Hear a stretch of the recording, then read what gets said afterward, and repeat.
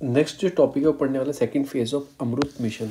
ये हमने ऑलरेडी पढ़ चुके हैं अमृत मिशन के बारे में। अब ये सेकंड फेज है, प्राइम मिनिस्टर लॉन्च किया है, फुल फॉर्म होती है Atal mission of rejuvenation and urban transformation, यानी कि अर्बन को ट्रांसफॉर्म करना, रिजुविनेट करना चीज़ों को जो अर्बन के लिए उपयोग है।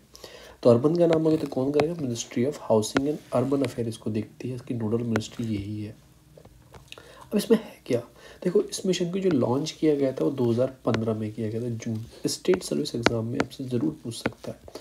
एग्ज़ाम का मकसद क्या है कि देखो, अर्बन कैसे डेवलप कर सकते हो? अच्छा घर होगा, टैप वाटर होगा, सीवेज फैसिलिटी मतलब अच्छी होगी, फंक्शनल टॉयलेट होगा, तो उन सब चीज़ों के लिए कि टैप वाटर एक्सेस हो, सप्लाई ऑफ वाटर हो, वहाँ पे टैप के एश्योर्ड रहे और सीवेज कनेक्शन से रिलेटेड हो। पर अर्बन, ये तो मिशन था अमृत मिशन 1 का। अब 2.1 में कुछ और चीज़ें एडिशनल ऐड कर दी गई हैं। इसमें क्या है कि 100% कवरेज देना है water supply to all household, हर घर, नल से जल, जितने भी अर्बन लोकल बॉडीज़ में आते सबको देना है। घर दे दिया, पानी दे दिया, सीवेज दे दिया।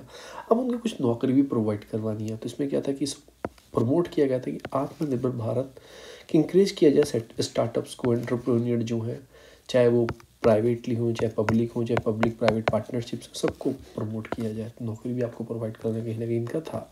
इनका जो मकसद था प्रमोट करना था सर्कुलर इकोनॉमी, कि आप प्रोडक्शन तो कर रहे हो, अच्छा काम करो, पर इन्वायरमेंट का ख्याल भी रख के करो, चीज़ों को सस्टेनेबल यूज़ करो। जो SDG गोल है आपके, 17 गोल है, तो उसको अच्छे से प्रयोग करो। मैंने एक उसकी याद करने के लिए वीडियो बनाई है, SDG 17 के 17 गोल जो हैं, सर्च कर लेना SDG गोल, उसमें प्लेलिस्ट में मिल जाएंगे, देख लेना।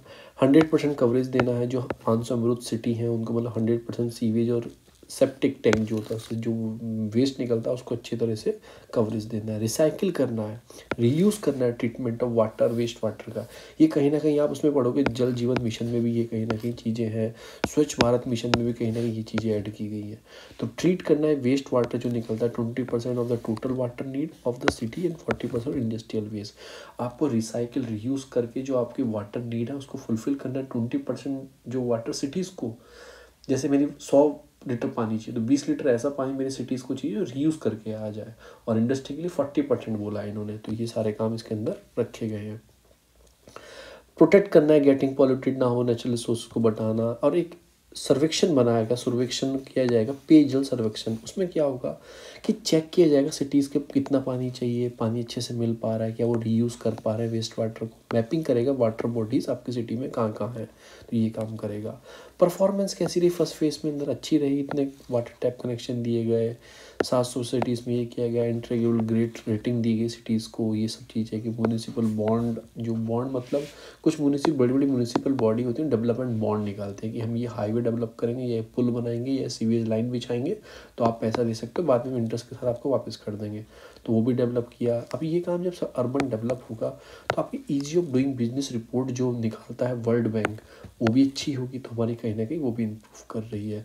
LED एनर्जी इफिशियंसी पे काम किया गया। पहले बल्ब लगते थे, देखा होगा स्ट्रीट लाइट में बड़े बड़े बल्ब 1,000 वाट के, उसको चेंज करके LED लगाई जा रही है 30-40 वाट की। तो उससे यहाँ पर क्या है, एनर्जी इफिशियंसी हो रही है। EEE एनर्जी इफिशियंसी प्रोग्राम चल रहे हैं। तो ये सारी चीज़ें हैं। दूसरा आता है पब्लिक इंटरेस्ट लिटिगेशन। जब कभी आप कोई केस हो, पब्लिक इंटरेस्ट से रिलेटेड कोई भी केस होता है, तो हम फाइल करते हैं PIL। कहाँ पे? सुप्रीम कोर्ट में देखा होगा, हाई कोर्ट में देखा होगा, 2 ही जगह होती है, सुप्रीम कोर्ट या हाई कोर्ट, डिस्ट्रिक्ट कोर्ट में नहीं होती है। तो ये PIL होती है, विदाउट एडुकेट रिसर्च। ठीक है, तो क्या हो रहा, सुप्रीम कोर्ट के पास ऐसे कोई भी मुंह उठा के चल रहा था PIL लेके, हाई कोर्ट में PIL लेके। सुप्रीम कोर्ट ने बोला अगर कोई विदाउट एडुकेट रिसर्च पे, मतलब बिना कोई उसके हाथ पैर नहीं हो, PIL लेके आए ना, फाइन लगा दूंगा। अभी कोई एक्ट्रेस थी, मुझे नाम याद नहीं आ रहा, वो PIL लेके चली गई 5G नेटवर्क से, पंछियों को इनको हार्म हो रहा है, ये वो प्रॉब्लम है, पर ऐसा रिसर्च में निकला नहीं। तो सुप्रीम कोर्ट तुम्हें रिसर्च कराता है, देखो है क्या ऐसा, पर ऐसा कुछ निकला नहीं, फाइन लगा दिया उठा के उसने। कोई एडुकेट रिसर्च नहीं थी उनके पास जिससे प्रूफ कर पाए वो। तो ये सारी चीज़ें थी। PIL क्या होती है? Use of the law to advance human right and equitable raise the issue of broad public concern. कोई भी ऐसा इशू ह्यूमन राइट का बहुत बड़ी जनता का वायलेशन हो रहा हो, इक्वलिटी उनको नहीं मिल पा रही हो, कोई पब्लिक कंसर्न हो, उसके लिए कोई भी आदमी PIL लगा सकता है। पब्लिक इंटरेस्ट लिटिगेशन जो ये अमेरिकन की साइड से लिया गया, यानी कि जो अमेरिकन की जो जुडिशरी है वहाँ भी ऐसी PIL सिस्टम है, तो वहाँ से बोरो किया गया है। इसका मतलब क्या होता है, इंडियन लॉ के अंदर मतलब क्या है, PIL का मतलब है कि litigation for the protection of public interest, कि पब्लिक के इंटरेस्ट को बचाना, उसके लिए लिटिगेशन को अप्लाई करना। ठीक है, ये कोर्ट इटसेल्फ भी ले सकती है। कभी कभी कैसा होता है कोई PIL लगाए ना, पर कोर्ट को लगे कि नहीं बहुत पॉल्यूशन हो रहा है दिल्ली में, तो अपने आप भी ले सकती है, कोई अप्लाई भी कर सकता है। तो ये सारी चीज़ें हैं। इसमें एक चीज़ है कि जैसे आपकी चीज़ें होती हैं not aggregated party but the court itself by or any other private party, जैसे मैंने आपको बता दिया, अपने आप भी ले सकती है, कोई प्राइवेट पार्टी भी अप्लाई कर सकती है। इससे क्या होगा, आप PIL लगा रहे हो, आपको जस्टिस मिला है, तो इससे क्या इंक्रीज है, जुडिशियल एक्टिविज्म, कहीं ना कहीं जुडिशियली का रोल है वो आगे निकल रहा है। मैंने PIL लगाया कि इन्वायरमेंट दिल्ली का ख़राब है, दिल्ली सरकार है, सेंट्रल गवर्नमेंट तो काम कर नहीं रही है, फिर PIL लगा कि ख़राब है, बहुत पब्लिक को हार्म हो रहा है, तो सुप्रीम कोर्ट आ गया है। तो इससे क्या होगा, सरकार तो काम नहीं कर रही है, बस जुडिशियल एक्टिविज्म बढ़ रहा है, तो जुडिशियल एक्टिविज्म कहीं ना कहीं इंक्रीज हो रहा है। देखो मैंने बताया कि ओनली सुप्रीम कोर्ट और हाई कोर्ट में लगा सकते हैं। जो रिट्स होती हैं आपकी, हैर्बियस कॉर्पस आर्टिकल 32 में आती है, रेमेडीज जो है कि हैर्बियस कॉर्पस हुआ, आपका मेंडेमस हुआ, सेट्रिटी हुआ, उनसे ये अलग होता है। देखो रिट्स जो होती है वो मेरा वायलेशन है फंडामेंटल राइट्स का, तो भी मैं अप्लाई कर सकता हूँ। आर्टिकल 32 के अंदर सुप्रीम कोर्ट की आती है, 226 के अंदर हाई कोर्ट की आती है आर्टिकल, तो मैं भी अप्लाई कर सकता हूँ। पर PIL उससे ही बड़ी है, PIL बहुत सारी पब्लिक का, मैं अपने बेनिफिट के लिए रिट्स लगा सकता हूँ, पर PIL जो है बेनिफिट जनरल पब्लिक के लिए इंपॉर्टेंट होती है। जो PIL का जिक्र है थोड़ा बहुत वो आर्टिकल 39A में, यानी कि DPSP के अंदर है। यहाँ लिखा है constitution of India protected will promote social justice with the help of law, कि सोशल जस्टिस आपको प्रदान करेगा। किस चीज़ के PIL लगा सकते हैं, पॉल्यूशन से, टेररिज्म से, रोड सेफ्टी से, जो आपके कंस्ट्रक्शन हैजार्ड्स होते हैं उन सब चीज़ के लिए लगा सकते हैं।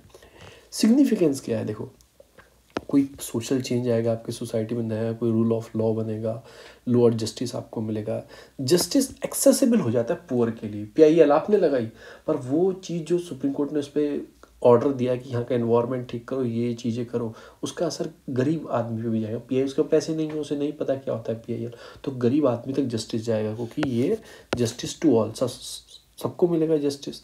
तो एक ये भी होगा, जुडिशियल मॉनिटरिंग होगी स्टेट की कि क्या काम कर रहे हैं, देखो ये अच्छे से काम कर रहे हैं। Concept of judicial review implement, ये चीज़ है इसके अंदर। कभी कभी क्या होता है, इसकी इशू क्या है, मिसयूज़ किया जाता है इस सब पावर का, मतलब बहुत बार मिसयूज़ देखा, PIL पे PIL लगाए जा रहे हैं, खाली पीली कुछ भी, मतलब जो कम्पटेटिंग राइट्स जो है समटाइम राइज करता है प्रॉब्लम कम्पटेटिंग राइट, मतलब कि कोर्ट ऑर्डर क्या करता है, जैसे पॉल्यूशन है, इंडस्ट्री क्लोज कर दी तो वहाँ पे अनएम्प्लॉयमेंट जनरेट हो जाएगा। ठीक है ना, अनएम्प्लॉयमेंट हो गया, आपने PIL लगाई, हाई कोर्ट ने, सुप्रीम कोर्ट ने ऑर्डर दे दिया कि बंद करो, पॉल्यूशन बहुत है, तो एम्प्लॉयमेंट जनरेशन, प्रोडक्शन कम हो जाएगा, फिर वो सप्लाई कम हो जाएगी, डिमांड बढ़ जाएगी, महंगाई, तो बहुत सारी चीज़ें, ये भी प्रॉब्लम्स कभी कभी क्रिएट करता है। प्रोक्रेस्टिनेशन मतलब क्या, एक्सप्लॉइट करता है disadvantage grow pending of many year, मतलब कभी कभी ऐसा होता है PIL पड़ी रहती है, नहीं होता है कुछ भी, डिस्पोज केस ये डिले हो जाता है डिस्पोज में, PIL केसेस में ये सब चीज़, जुडिशियल ओवर रीच हो जाएगा। अब आपका केस ही PIL कितने दिन से पड़ी, कोई सुन ही नहीं रहा है, तो एक ऐसा टाइम भी आएगा सॉल्विंग में जो सोशल इकोनॉमिकल इन्वायरमेंट प्रॉब्लम होती है, तो वो ओवर रीच हो जाता है जुडिशियल, उसमें ये सारी चीज़ें हैं। अब आती है आपकी Palk Bay scheme and the marine fishery bill. देखो पहले मैं आपको एक कंडीशन में, तो ये हमारा प्यारा भारत है, अगर मैं आपको इसको बना पाऊँ ढंग से, स्पेस का मैं थोड़ा बना दूंगा, पर मैं, हाँ, ये आपका तमिलनाडु है और ये आपका यहाँ पे श्रीलंका है। पल्क बे इन दोनों के बीच में बना हुआ, जिसे राम सेतु करके भी नाम दिया है, तो वहाँ पे है ये पल्क बे और मैराइन फिशरी। इशू क्या रहता है कि जो इंटरनेशनल बाउंड्री है, कभी कहते हैं हमारे फिशरमैन उधर के चले जाते हैं, उधर के इधर आ जाते हैं, तो बहुत सारी चलता रहता है, वहाँ की पुलिस पकड़ लेती है, जो वहाँ की जो श्रीलंकन कोस्टल गार्ड है वो पकड़ लेता है, इधर आता है हमारे पकड़ लेते हैं, और फिर इन्वायरमेंट हार्म होता है, क्योंकि दो कंट्री पास में है, यहाँ पे बहुत फिशिंग करना स्टार्ट कर देते हैं। तो इन सब चीज़ को करने के लिए दो सरकार बिल लेके आई है। इसमें क्या कर रही है, Palk Bay scheme to make a more attractive fisher folk. अभी क्या करते हैं, फिश पकड़ने के लिए वेसल्स होते हैं बड़े बड़े, वो ऐसे करके आपने देखा होगा, वो ट्राले होते हैं, मतलब वो पानी में डालते हैं, तो क्या कहते हैं डीप सी फिशिंग कर लेते हैं, पूरा इन्वायरमेंट ख़राब कर देते हैं, कि सबके पास बड़े बड़े हैं, वो डीप सी फिशिंग सब कर रहे हैं, तो यानी क्या होगा, डीप जो एरिया है उसको ख़राब कर देंगे, ऊपर चाहे कितनी फिश हो पर एक ही एरिया को ख़राब कर देंगे। तो सरकार बोल रही है डिफरेंट वेसल्स यूज़ करो, इंक्रीज़ कर दिया यूनिट कॉस्ट, जो डीप सी फिशिंग वेसल्स हैं उनकी 80 लाख से 1.5 करोड़ कर दी है, to make a more attractive. जो फिशिंग फोक हैं, जो दूसरे वाले टाइप के फोक हैं, मतलब पकड़ने वाले फिशिंग के जाल हैं, उनको खरीदो यार, उनसे वेसल खरीदो। तुम सबने एक साइड से खरीद रखे हैं, अब क्या करो, डीप सी को तो हार्म कर दिया आपने, मिडिल सी और सरफेस सी में इतनी फिश है, वो ये इन्वायरमेंट इसका ख़राब कर दिया, तो इनबैलेंस हो जाएगा ना, कुछ इसके पकड़ो, कुछ इसकी फिश यहाँ से पकड़ो, कुछ यहाँ से पकड़ो। तो ये सारी चीज़ों के लिए ये स्कीम लेके आई है, इसका नाम है आपका पर्क बे स्कीम। फिर इसमें एक बिल भी किया गया, बिल रखा गया था मानसून सेशन में, तो उसमें स्कीम में मैं आपको बताई इसमें डाइवर्सिफिकेशन करना है, ट्रॉलर जो ट्रॉल्स यूज़ करते हैं, जो पकड़ने के लिए फिश बोट यूज़ करती हैं, उसको डिफरेंट टाइप से आप यूज़ करो। अरे सेंट्रल स्पॉन्सर है, यानी कि स्टेट गवर्नमेंट भी इसमें कुछ पार्ट होगा। अब लॉन्च किया गया कि पार्ट ये किसके अंदर किया गया इसको लॉन्च, इसके अंदर ब्लू रिवॉल्यूशन के अंदर, जो आपका फिशरी को बढ़ाने का रिवॉल्यूशन। आपको कमेंट में बताना है वाइट रिवॉल्यूशन किससे है, और ग्रीन रिवॉल्यूशन तो पता ही आपको हुआ था, वाइट बताना है। तो उसके अंदर ये स्कीम लॉन्च की गई थी, आपके क्या नाम है, पल्क बे स्कीम। ठीक है, तमिलनाडु स्पेसिफाइड स्कीम मैंने आपको बताया, वही एरिया टच करता है, वहीं से वो पल्क बे है। 2000 vessel and 3 year fisherman of the state motive to bottom trawler use करने लगे थे। बॉटम ट्रॉलर क्या करते हैं, इकोलॉजिकल डिस्ट्रक्ट करते हैं प्रैक्टिस, वो सारा सी फ्लोर को पूरा उधेड़ देते हैं वो, तो उसको रोकने के लिए कहीं ना कहीं दूसरे ट्रॉलर यूज़ करो, सब सी फ्लोर वाले मत यूज़ करो। ऑब्जेक्ट क्या, reduce the fish fishing pressure. अब फिश प्रेशर लगेगा ना, सब नीचे तो उखाड़ के ले जाएंगे फिश को, तो फिश कम हो जाएंगी, मैरीटाइम बाउंड्री लाइन पर असर आएगा, बहुत सारी चीज़ों को होगा। तो फंडिंग मैंने बताया, सेंट्रल 50% देगी, स्टेट 20%, जो इंस्टीट्यूशनल फंडिंग, जो इंस्टीट्यूशन वहाँ पे काम करे वो 10%, जो खरीद रहा है उसको 20%, तो ऐसे ऐसे फंडिंग दी जाएगी। अब लिमिटेड कर दी गई, cost of the scheme 80 lakh, ये वो सब चीज़ें इसमें नॉट एडुकेटेड। प्रधानमंत्री मैत्री आपकी प्रधानमंत्री मत्स्य संपदा योजना उसका पार्ट नहीं है, पूछ लेगा। मैत्री जो आपकी प्रधानमंत्री मत्स्य संपदा योजना है, फिशरी बढ़ाने के लिए, फिशरी प्रोडक्शन इंक्रीज करने के लिए, इनलैंड हो या ऑफशोर हो, ये पूरे इंडिया की है। पर जो ये है आपकी पल्क बे स्कीम है, ये पर्टिकुलर किस एरिया की है, तमिलनाडु एरिया की है। अब मेराइन फिशरी चेंजेस क्या किए गए हैं, अब नया वेसल्स आएगा, अब नए वेसल नए तरह के लाइसेंस मिलेंगे। Only granting the vessel licence registration under merchant shipping, मतलब अब इन्होंने चेंज किया कि इस वाले व्हीकल को लाइसेंस मत दो, जो नए आएंगे उनको लाइसेंस दो। और क्या प्रपोज किया, पनिशमेंट फॉर द फिशरमैन, अगर वो ब्रीच करेंगे, एक्सक्लूसिव इकोनॉमिकल जोन से बाहर चले जाएंगे, उनको पनिशमेंट दें, without a licence not comply the Indian coast guard, मतलब उनको रोको, प्रोहिबिट करो, कोई बाहर का आदमी तुम्हारे इकोनॉमिकल जोन से आगे फिश ना पकड़े। तो इन सब चीज़ों पे काम किया। मैरीटाइम जोन होते क्या है, एक यूएन क्लॉज है, United Nation convention on law of the sea, 1982 में इसको बनाया गया था।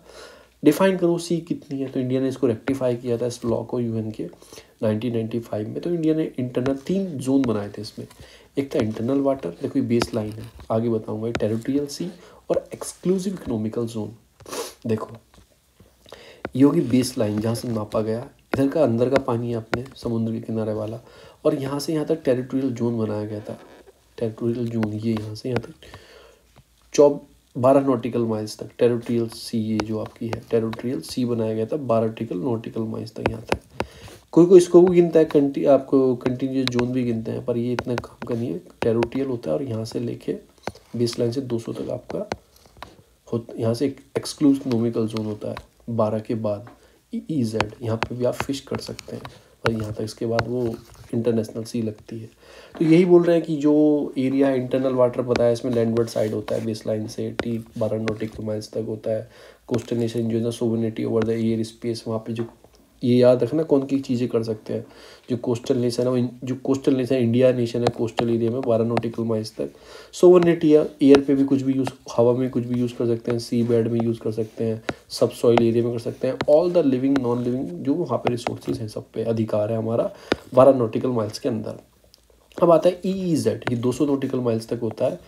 ठीक है, तो ये क्या करता है, बेस लाइन से। कोस्टल नेशन इसमें सोवरेनिटी क्या है कि इसमें एक्सप्लोरेशन कर सकता है, निकाल सकता है, एयर राइट नहीं है, एक्सप्लॉइटिंग कर सकते हैं, कंजर्विंग कर सकते हैं मार्जिन और द नेचुरल रिसोर्सेज। इसमें क्या नॉन लिविंग रिसोर्सेज नहीं है, नेचुरल रिसोर्सेज बस, तो ये याद रखना है। अब ये क्या बोलता है कि यहाँ तक इंटरनल हो गया और आपका टेरिटोरियल 12 नॉटिकल माइल्स तक हो गया। ये तो आता है स्टेट सब्जेक्ट के अंदर, स्टेट कंसर्न के अंदर। अब इसके जो बाहर वाला एरिया आएगा, यहाँ से जो आएगा एक्सक्लूसिव इकोनॉमिकल जोन वाला एरिया आएगा, वो आता है यूनियन लिस्ट के अंदर। तो ये भी आपको याद रखना है। तो वही है कि सोशल सिक्योरिटी बढ़े, फिर सबको मिल पाए, क्योंकि बहुत बड़ा सोर्स है एनर्जी का। तो ये सारी चीज़ें हैं। दूसरा आता है cyber guidelines for the power sector. अभी क्या है कि सब जगह आपने देखा कि इंक्रीज़ हो रहा है, डिजिटलाइज हो रहा है, कंप्यूटराइज चीज़ों को किया जा रहा है। तो क्या होता है कि हैकर क्या करते हैं, हैक कर लेते हैं चीज़ों को, कंप्यूटर को हैक कर लेंगे, उसको हैक कर लेंगे, तो शट डाउन कर देंगे, पूरा बंद कर देंगे कंप्यूटरों को, तो बिजली भाग जाएगी। तो उसको रोकने के लिए, क्योंकि अब नया सिस्टम है, तो उसको रोकने के लिए गवर्नमेंट ने क्या रिलीज़ किया है, साइबर सिक्योरिटी गाइडलाइंस। पहली बार एक तरह से कॉम्प्रिहेंसिव वे में किया, इसको डेवलप किया गया है। और इसको कौन देखेगा, उसको रेगुलेट करेगा, सेंट्रल इलेक्ट्रिसिटी अथॉरिटी, जो मिनिस्ट्री ऑफ पावर के अंदर आती है, वो इसको देखेगा। अब ये है क्या, CEA फेम गाइडलाइन करेगा, सेंट्रल इलेक्ट्रिसिटी अथॉरिटी है। रेगुलेशन 2019 में ये बनाई गई हैं सारी चीज़ें। साइबर एश्योरेंस फ्रेमवर्क होगा, सिक्योरिटी पे काम होगा, मैकेनिज्म पे काम होगा, रिस्पॉन्सिव सिक्योरिटी थ्रेट से बचाने के लिए काम होगा, norms applicable to all the responsible entity, जिनसे खरीद रहे हो बिजली, जिनके घर में जा रही, सब इसमें पार्ट इसमें बनाया गया। रिस्पॉन्सिबल एंटिटीज़ कौन होती हैं, इंक्लूडिंग पावर जनरेशन, जहाँ पे बिजली बन रही है, डिस्ट्रीब्यूशन, कुछ डिस्कॉम जो बेच रहे हैं बिजली, ट्रांसमिशन जहाँ से कंपनी जो है, लोड डिस्पैच सेंटर जो है, सब इसमें काउंट किए गए हैं, उन सबकी रिस्पॉन्सिबिलिटी रखी गई है। मेजर गाइडलाइन क्या है, एक तो ट्रस्ट सोर्स से तुम चीज़ें खरीदो, ट्रस्ट सोर्स पे तुम चीज़ों को बेचो, ट्रस्ट प्रोडक्ट तुम खरीदो। अब मैं कंप्यूटर लिया चाइना से उठा के, नहीं, ट्रस्ट सोर्स से तुम कंप्यूटर चीज़ें खरीदो। इन सब चीज़ों को चेक करने के लिए चीफ इंफॉर्मेशन सिक्योरिटी ऑफिसर बनाया जाएगा, जो चीज़ों को चेक करेगा, जो देखेगा, रिस्पॉन्सिबिलिटी इसकी रहेगी, कुछ प्रॉब्लम तो नहीं है। अगर उसे लगता है कुछ प्रॉब्लम है, एक CERT नेटवर्क है, computer emergency response team India का, उसको 24 घंटे के अंदर इन्फॉर्म करना है कि प्रॉब्लम आ रही है, वो तुरंत से तुरंत वो सॉल्व करेंगे। ये इसकी रिस्पॉन्सिबिलिटी रहेगी, ये रिस्पॉन्सिबिलिटी CSIO की रहेगी। तो ये सारे काम किए जा रहे हैं। अगली वीडियो में मैं ये अपलोड करूँगा, थोड़ा लंबी हो जाती है वीडियो, 20 से 25 मिनट की बनाने की कोशिश करता हूँ। तो अगली वीडियो में आपके heliborne survey for water management upload करूँगा। तो बहुत बहुत धन्यवाद, आप लोगों का दिन शुभ रहे।